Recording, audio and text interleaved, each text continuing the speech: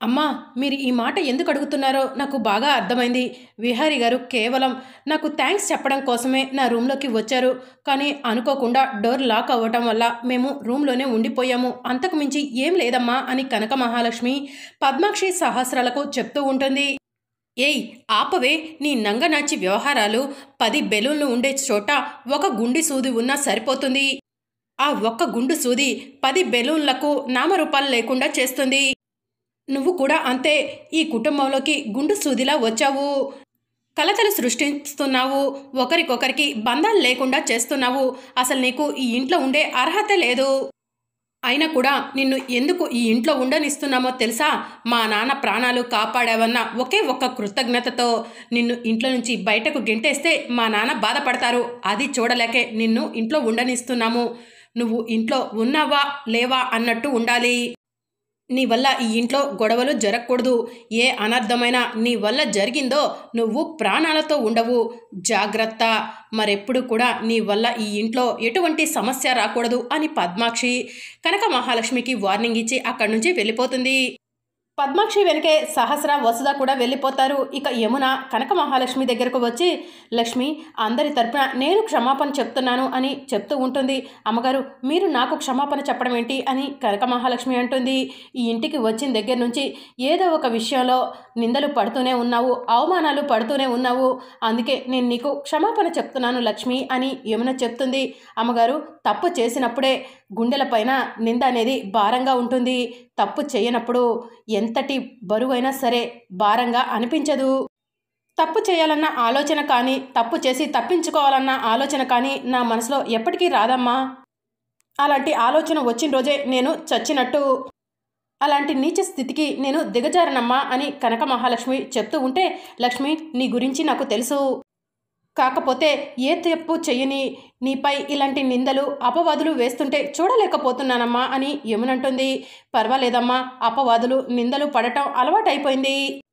ఇక ఈ విషయం గురించి ఆలోచించకండమ్మా, వెళ్ళండి అని కనక మహాలక్ష్మి చెప్పడంతో యమున అక్కడి నుంచి వెళ్ళిపోతుంది.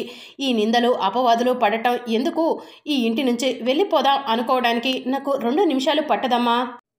కానీ నేను ఇక్కడి నుంచి వెళ్ళిపోయిన తర్వాత మిమ్మల్ని ఎవరు చూసుకుంటారు, మిమ్మల్ని ఎవరు పట్టించుకుంటారు? ఇక్కడ ఉంది మీ బంధువులే కానీ మీ మంచి కోరి మీ మంచి మనసును అర్థం చేసుకునే వాళ్ళు కాదమ్మా. నాకు ఆశ్రయం ఇచ్చిన మీ మంచి మనసుకు తోడుగా ఉండాలనే ఆలోచనతో నేను ఇక్కడ ఉంటున్నానమ్మా. లేకపోతే మిమ్మల్ని ఆప్యాయతగా పలకరించే వాళ్ళు ఈ ఇంట్లో ఒక్కరు కూడా లేరు. అందుకే మీకు తోడుగా ఇక్కడే ఉంటున్నానమ్మా అని కనక మహాలక్ష్మి మనసులో అనుకుంటూ ఉంటుంది. అప్పుడే కనక మహాలక్ష్మి ఫోన్ రింగ్ అవుతుంది. ఫోన్ లిఫ్ట్ చేసి, హలో మావయ్య, నేను చెప్పిన డబ్బు సర్దుబాటు అయిందా మావయ్య అని కనక మహాలక్ష్మి అడుగుతూ ఉంటుంది. అంత పెద్ద మొత్తంలో డబ్బు సర్దుబాటు అవ్వటం కుదరట్లేదమ్మా, నన్ను క్షమించు అని అవతల ఫోన్లో మాట్లాడుతూ ఉంటారు. ఆ మాట విని కనక మహాలక్ష్మి బాధపడుతూ, నాన్న ఆపరేషన్కి ఎక్కువ సమయం లేదు, అంత డబ్బు ఎక్కడి నుంచి తీసుకురావాలి అని మనసులో అనుకుంటూ ఉంటుంది. ఇక మరోవైపు ఆదికేశవులు బాధపడుతూ ఉంటాడు. అప్పుడు గౌరీ, ఏమయ్యా టాబ్లెట్ వేసుకోమన్నాను వేసుకున్నావా అని అడుగుతూ ఉంటుంది. ఆదికేశవులు ఏం మాట్లాడకపోవడంతో గౌరీ ఆదికేశవుల దగ్గరకు వస్తుంది. ఆదికేశవులు కంట వెంట నీళ్లు చూసి, ఏంటయ్యా ఏడుస్తున్నావు అని గౌరీ అడుగుతూ ఉంటుంది. కనకం గుర్తొస్తుంది అని ఆదికేశవులు చెప్తూ ఉంటాడు. కనకం నీకు గుర్తుకు రాంది ఎప్పుడయ్యా? గుర్తు తెచ్చుకొని ఇలా బాధపడటం అవసరమా అని గౌరీ అంటూ ఉంటుంది. అది కాదు గౌరీ, కనకం నా కూతురు కాదు, మా అమ్మ. ఏదైనా కష్టం వస్తే పిల్లలు తండ్రికి చెప్పుకుంటారు, కానీ నాకు మాత్రం నా కనకాన్ని చూస్తే నా కష్టాలన్నీ కూడా తీరిపోయినట్టు అనిపిస్తాయి. కనకం అమెరికా వెళ్ళి 3 నెలలు అవుతుంది, కనకాన్ని చూడలక 3 నెలలు అవుతుంది అని ఆదికేశవులు బాధపడుతూ ఉంటే అప్పుడే రాజీ వస్తుంది. పెద్దనాన్న, ఒక్కసారి కనకాన్ని వాళ్ళ ఆయన్ని ఇద్దరిని కూడా ఒకసారి వచ్చి పొమ్మని ఫోన్ చేద్దామా అని రాజీ అడుగుతుంది. వద్దు రాజీ, మన ఊరు పక్కన ఉన్న అమలాపురం అనుకుంటున్నావా ఏంటి? కనకం ఉంది అమెరికా, అక్కడి నుంచి ఇక్కడికి రావాలంటే లక్షలు ఖర్చు అవుతాయి. మన ఊరు పక్కన 100 రూపాయలు పెట్టుకుంటే పొయ్యి వచ్చేదైతే కనకాన్ని తనివి తీర చూసి వచ్చేదాన్ని నేనే వెళ్ళి అని ఆదికేశవులు చెప్తూ ఉంటాడు. అది కాదు పెద్దనాన్న, వాళ్ళు వస్తే కనుక వాళ్ళు నిన్ను చూసినట్టు ఉంటుంది, నువ్వు వాళ్ళని చూసినట్టు ఉంటుంది. ఒక 10 రోజులు వాళ్ళు ఇక్కడ ఉండిపోతారు. కనకం కూడా నిన్ను చూడకుండా ఇన్ని రోజులు ఎప్పుడూ లేదు కదా పెద్దనాన్న అని రాజీ చెప్తూ ఉంటుంది. వద్దులేమ్మా, ఇప్పుడంటే కనకాన్ని చూడబుద్దవుతుందని ఫోన్ చేస్తే కనకం వాళ్ళు వస్తారు. మళ్ళీ నాకు కనకాన్ని చూడబుద్దవుతుంది, మళ్ళీ వాళ్ళు వస్తారా ఏంటి? మనకి ఎన్నో అనిపిస్తాయి. అవన్నీ జరుగుతాయా ఏంటి? అప్పుడప్పుడు మన మనసుకి మనమే సర్ది చెప్పుకోవాలి. మనం అనుకున్నవన్నీ జరగవని అని ఆదికేశవులు రాజీతో చెప్తూ ఉంటాడు. సరే గౌరీ, నేను కాసేపు అలా బయటికి వెళ్ళొస్తాను అని ఆదికేశవులు చెప్తాడు. ఇప్పుడు ఎందుకయ్యా అని గౌరీ అంటుంది. అలా అనకు గౌరీ, ప్రతిసారి నువ్వు నేను బయటికి వెళ్తా అంటే అలానే అంటున్నావు. నాకు కూడా పొద్దుపోవట్లేదు. అలా బయటికి వెళ్ళొస్తే నా మనసు కూడా ప్రశాంతంగా ఉంటుంది అని ఆదికేశవులు అక్కడి నుంచి బయటికి వెళ్తాడు. పెద్దమ్మ, పెద్దననేంటి అలా మాట్లాడుతున్నాడు? కనకాన్ని రమ్మంటే బాగుంటుంది అని రాజీ చెప్తూ ఉంటుంది. వద్దు రాజీ, మీ పెద్దనాన్న చెప్పింది కూడా నిజమే. అక్కడ అల్లుడి గారిని మనం ఇబ్బంది పెట్టకూడదు. లక్షలు పోసి వాళ్ళు ఇక్కడికి రావటం అంటే ఎంత నష్టం వస్తుందో తెలుసు కదా అని గౌరీ అంటుంది. ఇక అప్పుడే గౌరీ దగ్గరికి ఒకతను వస్తాడు. బాబాయ్, నేను అడిగిన డబ్బు సర్దుబాటైందా అని గౌరీ అడుగుతుంది. అంత పెద్ద అమౌంట్ ఇవ్వటానికి ఎవరైనా కూడా వెనకాడుతున్నారమ్మా. మళ్ళీ తిరిగి ఎలా ఇస్తారని అడుగుతున్నారు. అందుకే ఎవరు కూడా ఇవ్వటానికి ముందుకు రావట్లేదు అని అతను చెప్తూ ఉంటాడు. ఇక మరోవైపు అంబిక ఫైల్ పట్టుకొని, విహారీ, ఎంతో కష్టపడి నేను తయారు చేసుకున్న సింహాసనానికి నువ్వు అధిపతిగా ఉంటా అంటే ఎలా కుదురుతుంది? అందుకే ఇప్పుడు నువ్వు పెట్టబోయే సంతకాలతో నీ ఆస్తి మొత్తానికి కూడా నేనే అధిపతినవుతాను. నా సింహాసనాన్ని నేను తీసేసుకుంటాను అని అంబిక మనసులో అనుకుంటూ ఉంటుంది. అదే టైంకి అంబిక ఫోన్ రింగ్ అవుతుంది. అంబిక ఫోన్ లిఫ్ట్ చేసి, చెప్పు సుభాష్ అని అంటూ ఉంటుంది. ఆ విహారీ పౌరః పటాన్ని మీద సైన్ చేశాడా అని సుభాష్ అడుగుతూ ఉంటాడు. కాసేపట్లో ఆ విహారీ చేత పౌరః పటాని పైన సంతకం పెట్టిస్తాను. ఇక ఆస్తంతా కూడా నా హస్తగతం అవ్వబోతుంది అని అంబిక చెప్తూ ఉంటుంది. ఆ మాటలను కనక మహాలక్ష్మి వింటుంది. అంబిక, నువ్వు చెప్పే సమాధానం నాకు సాటిస్ఫాక్షన్ ఇవ్వట్లేదు.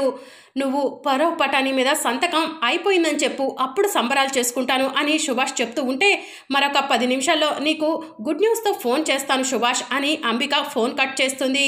విహారీ, ఇక నీ ఆస్తంతా నా చేతుల్లో అని అంబిక మనసులో అనుకొని విహారీ రూమ్కి వెళ్తూ ఉంటుంది.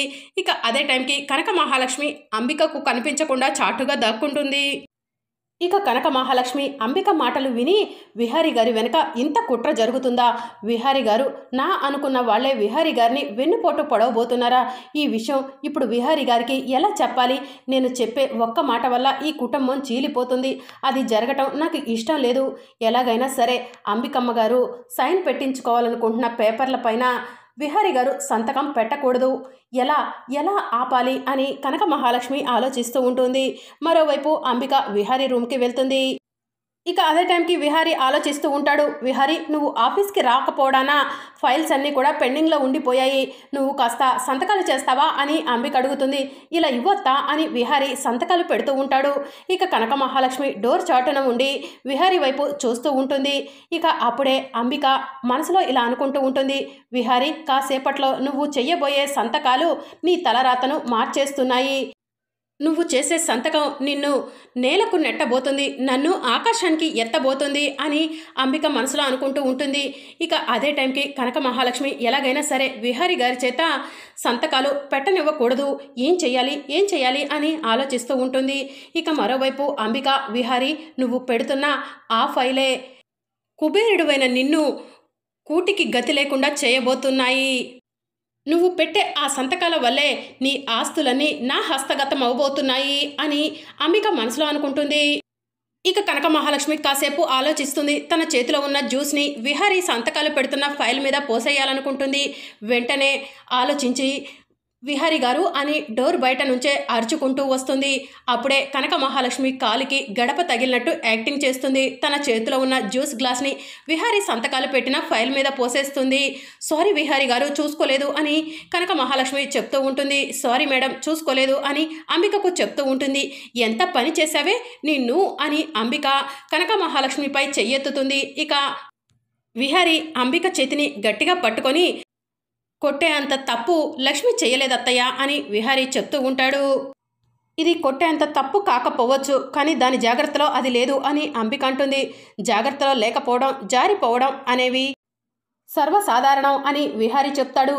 అది పని మనిషి, దాని స్థాయిలో దాని జాగ్రత్తలో అది ఉండాలి అని అంబిక అంటుంది. చిన్న చిన్న తప్పులను చూసి చూడనట్టు వదిలేయాలత్తయ్య.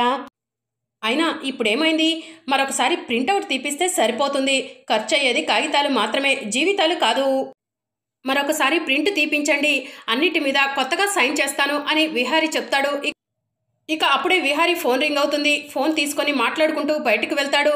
ఇక అంబిక కనక మహాలక్ష్మి వైపు కోపంగా చూసుకుంటూ కనక మహాలక్ష్మి గొంతు పట్టుకొని, ఒసే నిజంగా చెప్పవే, కావాలని ఈ పేపర్ల పైన జ్యూస్ పోసావు కదా అని అంబిక అడుగుతూ ఉంటుంది.